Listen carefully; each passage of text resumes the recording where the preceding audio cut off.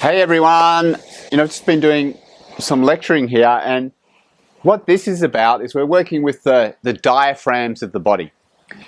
And the diaphragms are the main places in the body where we regulate the flow of energy. We also do it around the joints.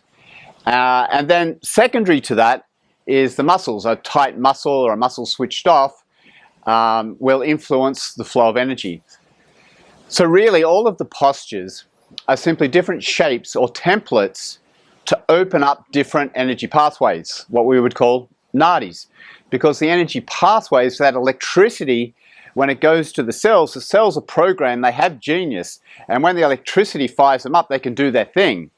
But if we close down the pathways, there's no electricity going there, the information can't get activated, so they become dysfunctional. And eventually, illness, disease, lead to accidents, all this sort of stuff. So what are we doing? We're learning to open the physical body to the subtle body. We're looking at how to do that in the most simplest way. How do we release the diaphragms? How do we mobilize the joints? How do we free up tight muscles? How do we activate muscles that aren't working so that we can start to activate and work in the subtle body? Because that is where the magic happens. That is beneath the surface. That is the invisible.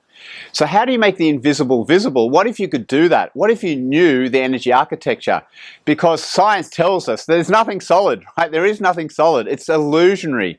It's just vibrating, oscillating energy, electrons that are just moving super fast, and they're creating this world. Imagine if you understood that. Imagine if you understood how the yogis understood it by going deep into the human mechanism through direct experience. They mapped it out for us and showed us how to live as kind of light beings, as energetic beings, expressing ourselves fully moment to moment in life. That's the Tantrika, living life moment to moment in flow.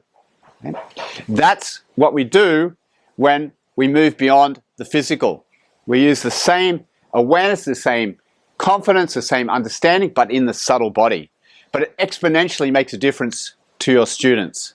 Learning these main junction boxes, learning how the elements are set up there, how the senses set up there, how we move out into the world and create this illusionary nature, but how do we reverse engineer that and go back to a state of yoga?